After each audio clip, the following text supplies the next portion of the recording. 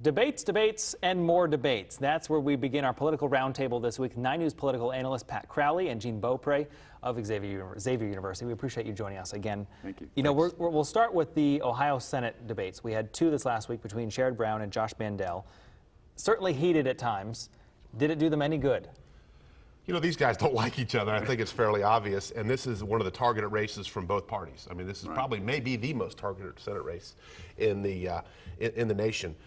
You know, this is a knock on Josh Mandel. You hear it all the time. There's nothing he can do about it, but the guy looks so young on TV. I mean, he's got a good resume, but he comes across just very young, and Brown's got that gravelly voice and comes across very confident.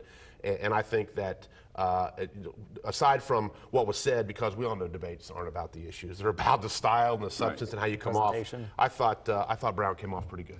I think at this point we've heard their commercials on both sides. They're so repetitious. I think when people are if they're making a judgment based on what they see, it's much more on questions of leadership and trust. And you know, is this the guy that I want there to represent me?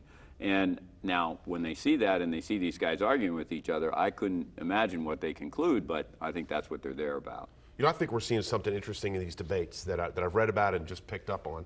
There's so much out there with advertising and social media and super PACs and tweets and everything else that the debates have seemed to take on a new significance. Yeah. I mean, 70 million people watched the first presidential debate, almost that many, because people want to see and get engaged. They want to see how they're going to handle one another. They've been sparring for so long, and it's really become much more important, I think, than even in the past few years. Do you not know if you're picking up on that as well? No, I think that's really the case, and was even made more so after the first one. I mean, and everybody was leaning in, you know, waiting to see what would happen in the next one. And I think they may be let down in the third one. You know, I don't know that there's as much enthusiasm in the general public about foreign policy, but both candidates will try and make it so. I mean, they'll bring up the spike issues that do that. Sure. You know, you already mentioned the foreign policy as the direction we're going with the third presidential debate. Is there anything left, any surprises left for the campaign, or are we simply talking about the basic issues that we keep bringing up? You know, I think that you know, Obama's very strong on foreign policy. I mean, you can't deny that he's had Al-Qaeda on the run. They got Bin Laden. The Libya stuff has been a bit of a spike, and I think it's going to give Romney, or it's not. I don't think it's going to give Romney some ammo to hit him back with. So I think that's going to make it kind of interesting. It was all over the press today about some reports coming out about what they knew and when they knew it. It's a little bit of minutia on some of this, but I think it's given Romney a bit of an opening. I think it is minutia, and I think when after you've said that as a headline, I don't think people read down in the story. I think if there's a surprise, it won't come from either of the candidates. It will come from one of the super PAC funded things. And you know, it's like Swift Boat was a number of years ago. And you know, there's got to be those things in the closet. The question is whether they bring them out or not. Yeah, we're getting awful late. What's happening with the women's vote right now? There's always a target toward that. But what direction are these candidates going and winning over that vote? Go ahead. Well, you know, Romney has binders full of women, I think. one of the best lines. What he says, I couldn't wait to say it out. I've been laughing about it ever since we heard it.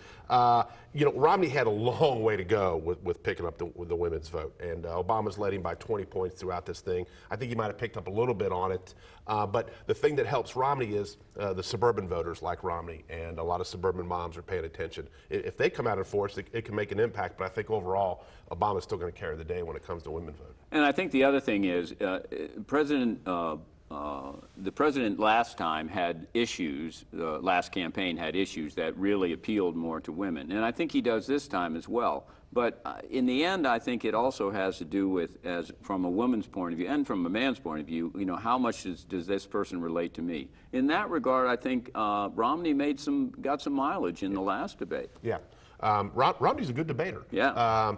You can tell he's a little corporate and gets a little impatient, but I think he's done a nice job both times, and I think you're right. He's connected a lot better, and that was a big knock on Romney. People didn't know him, and I think he's done a nice job letting people know who he is. Is there something that jumps out specifically in the debates or in his campaign that has made that shift, that's made people realize, okay, he's a little more human than we first saw? You know, I think that the Obama campaign did a very nice job this summer defining Romney as an aloof, as a corporate guy, as kind of a cold bureaucrat or a corporate guy. And you know, just the fact that he's come out and people realize, you know, the guy's a great dad. He's given a ton of money to charity. When he turns off the corporate facade, or whatever you want to call it, image, can be a pretty likable guy. So I think it's, you know, people just got to know him and they said, you know, he's not quite as stiff as we thought. But I don't know if it's enough to move the needle that much.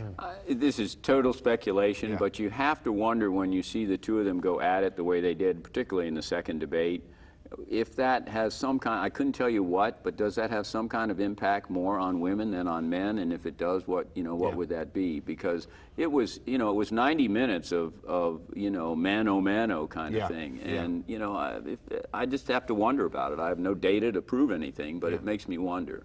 We've heard so much about early voting, especially with the conflict about it in Ohio. It will happen. You can vote right up to that weekend before. What, if anything, can Republicans do to get an edge on Democrats from 4 years ago? Well, I know I heard some radio ads and some radio interviews today with Romney where he's talking about it in the states he's going to where they have early voting. I think Wisconsin starts here pretty soon.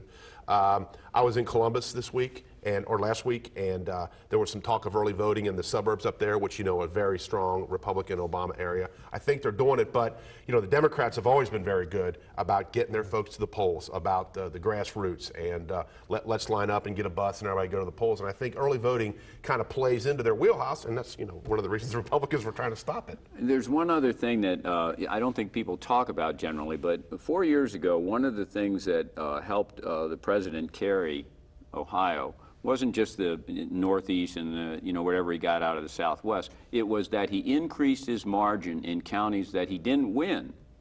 But, you know, you get 10,000 in this county and 5,000 in that county. In that respect, early voting may help him throughout the state. That's a great point. All right, Pat and Gene, always a pleasure for a lively discussion. Thank you. Only a few more weeks left. Hard to believe, right? Yeah, Winding down. Yeah, We'll get there hard. eventually.